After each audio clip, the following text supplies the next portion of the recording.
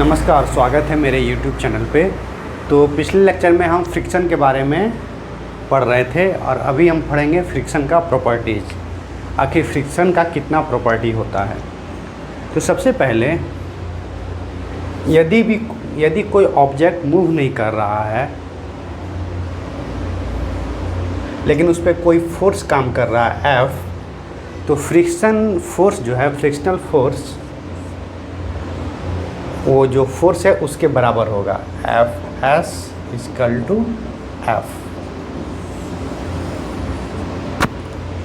यदि किसी ऑब्जेक्ट पर कोई फोर्स लग रहा है लेकिन वो फोर्स ऑब्जेक्ट को मूव नहीं कर पा रहा है, तो फ्रिक्शनल फोर्स के बराबर होगा वो लगा हुआ फोर्स। Fs = F। Fs क्या है? स्टैटिक फ्रिक्शनल फोर्स है। अब स्टैटिक फ्रिक्शनल फोर्स का वैल्यू क्या होता है? स्टैटिक फ्रिक्शनल फोर्स का वैल्यू होता है μSn। ये μS क्या हुआ? Constant, frictional constant, frictional force constant. Maximum static frictional force = μSn। n क्या है? नॉर्मल फोर्स है। ये n जो है नॉर्मल फोर्स है जो ऑब्जेक्ट के अपवर्ड डायरेक्शन में लगता है। और यदि कोई फोर्स लगाने के बाद, ये हुआ दूसरा प्रॉपर्टी, ये हुआ पहला प्रॉपर्टी कि कोई ऑब्जेक्ट पर कोई फोर्स लग रहा है लेकिन वो ऑब्जेक्ट मूव नहीं कर रहा है, तो फ्रिक्शनल फोर्स उस लगे हुए फोर्स के बराबर होता है। और फ्रिक्शनल फोर्स हमेशा प्रोपोर्शनल होता है नॉर्मल फोर्स के।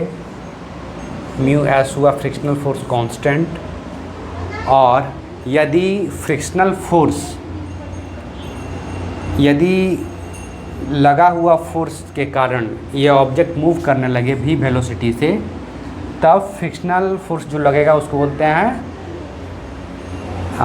काइनेटिक फ्रिक्शनल फोर्स Fk, जो बराबर होगा μkn के। μk क्या है? Kinetic frictional force constant. और हमेशा static frictional force kinetic frictional force से ज़्यादा होगा।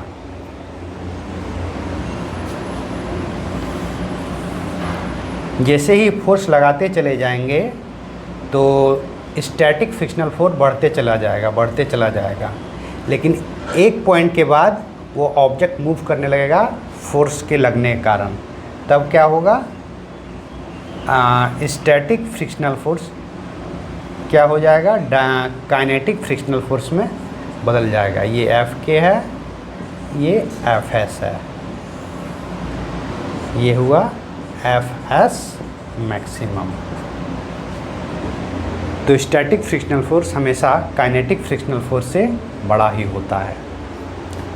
इसी फ्रिक्शनल फोर्स को बैलेंस करने के लिए ये है फोर्स जो किसी ऑब्जेक्ट पे लगता है।